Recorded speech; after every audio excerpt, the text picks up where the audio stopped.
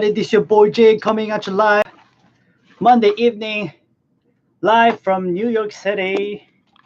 And today we're starting a new series, and today it's gonna be a very fun series to share with you guys. The book is called "Who Moved My Cheese" by Dr. Spencer Johnson, and I guess right away it is a very innocently titled book, yet the nuggets of wisdom that you're going to get from this book are just absolutely phenomenal. So the first thing that I'd like to do is start by sharing with you that there are four characters in the book, and this is how it is explained. Parts of all of us. The simple and complex, the simple and the complex. The four imaginary characters depicted in this story, the mice, Sniff and Scurry, and the little people, Ham and Haw, are intended to represent the simple and the complex parts of ourselves, regardless of our age, gender, race, or nationality. Because sometimes we may act like Sniff, who sniffs out change early, or Scurry, who scurries into action, or Ham, who denies and resists change as he fears it will lead to something worse, or Haw, who learns to adapt in time when he sees changing can lead to something better. Gracias, Gabriel. Muchas gracias. Un abrazo. Hello, everybody. Hola, Sammy. ¿Cómo estás? Alvarez, mucho gusto tenerte aquí. Liotho, good to have you, brother. Hello, everybody. Hello, hello, hello, hello. And what you have to know is whatever parts of us we choose to use, we all share something in common. A need to find our way in the maze and succeed in changing times. Debbie, it's great to have you. Mi ragazza bella, Daniela. Molto bene. So I'll get started with the story. Who moved my cheese? The story. Oh, thank you, Sammy. So once, long ago, in a land far away, there lived four little characters who ran through a maze looking for cheese to nourish them and make them happy. Two were mice named Sniff and Scurry, and two were little people, beings who were as small mice but who looked and acted a lot like people today. Their names were, good to have you, Sylvia. Their names were Ham and Haw. Due to their small size, it would be easy not to notice what the four of them were doing. But if you looked closely enough, you could discover the most amazing things. Every day, the mice and the little people spent time in the maze looking for their own special cheese. The mice, Sniff and Scurry, possessing simple brains and good instincts, searched for the hard nibbling cheese they liked, as mice often do. The two little people, Ham and Haw, used their complex brains, filled with many beliefs and emotions, to search for a very different kind of cheese with a capital C, which they believed would make them happy and successful. As different as the mice and little people were, they shared something in common. Every morning, they each put on their jogging suits and running shoes, left their little homes, and raced out into the maze looking for their favorite cheese. The maze was a labyrinth of corridors and chambers, some containing delicious cheese. There were also dark corners and blind alleys leading nowhere. It was an easy place for anyone to get lost. However, for those who found their way, the maze held secrets that let them enjoy a better life. The mice, Sniff and Scurry, used the simple trial and error method of finding cheese. They ran down one corridor, and if it proved empty, they turned and ran down another. They remembered the corridors that held no cheese and quickly went into new areas. Sniff would smell out the general direction of the cheese using his great nose, and Scurry would race ahead. They got lost, as you might expect, went off in the wrong direction, and often bumped into walls. But after a while, they found a way.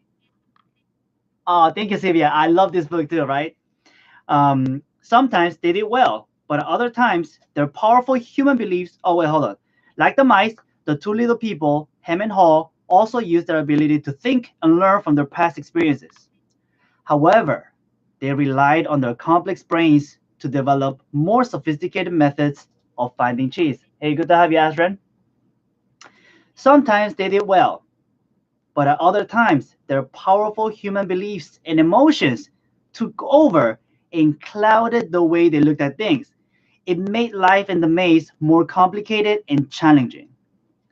Nonetheless, Sniff, Scurry, Ham, and Haw all discovered their own way, what they were looking for. They each found their own kind of cheese. One day, at the end of one of the corridors in Cheese Station C. So what I wanted to point out, and I'm just gonna read a little bit of the story every day and share with you all my insights of what I get from there, is that yeah, like the author says, we all have um, four parts to us, and it's very generalized. But what you have to see is that sometimes we are very good at sniffing things out. Sometimes we're very good at just taking immediate action without thinking too much, and sometimes we're very good at complaining and just like being very cynical and not wanting to do anything. But other times we're also very aware of what our best course of action is when we notice change and we are wise enough to stay ahead of the curve. And depending on which one we use predominantly, we're going to get too stuck in a place where we don't belong anymore, or sometimes we just take too drastic action without thinking at all, and we just suffer the consequences of just taking brute action. Um, Sometimes we're just very good at sniffing things out, but we never get moving, or we're slow at moving, so we miss the boat, and so on and so forth. Yet, because life is so diverse and it's so beautiful, everybody's going to find their own way through life. Some of us may stumble across things and just barely make it happen. Some of us will raise our conscious awareness and start to really play with the deck of cards that has been dealt to us, and we're going to learn how to really maximize the effectiveness and the results that we get from the deck of cards that has been dealt to us. What I really wanted to point out is that depending on what paradigm is running you, the most of the times the biggest culprit is the one that makes you get stuck in a place where you don't belong anymore. And a quote by Eric Hoffer comes to mind, who said that in times of change, the learners will inherit the earth, while the learned will be beautifully equipped to deal with a world that does not that does no longer exist. So if you think about that, is that the ones that remain humble enough to keep learning and adapting to change are the ones that are going to inherit the earth, while those who remain too stuck in their own ideas, too stuck in their own beliefs, and without changing are the ones that are going to suffer the consequences of dealing with a world that no longer exists. So my invitation for you all is to, as I share this story with you guys, take a look for yourself and see which character you connect with the most. And it's neither good or bad. There's no negative or positive. It is just what's so.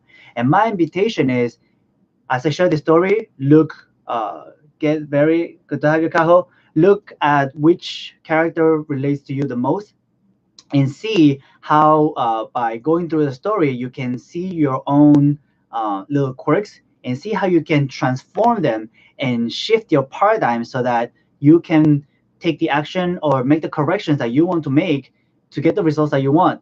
And yeah, I use the word correction like something's wrong, but it's not. It's simply being aware of where you are, the things that you want, and being good to have you, Andre. Hey, Peter, good to have you, brother.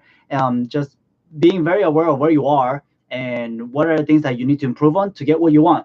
It's as simple as that. There is no good or bad, right or wrong. Just do what you feel is good for you. Thank you. And with that, guys, thank you so much. My time is up for today. Much love for investing precious time over there with me. And I'll see you on the next one. It was your boy Jay. Peace out.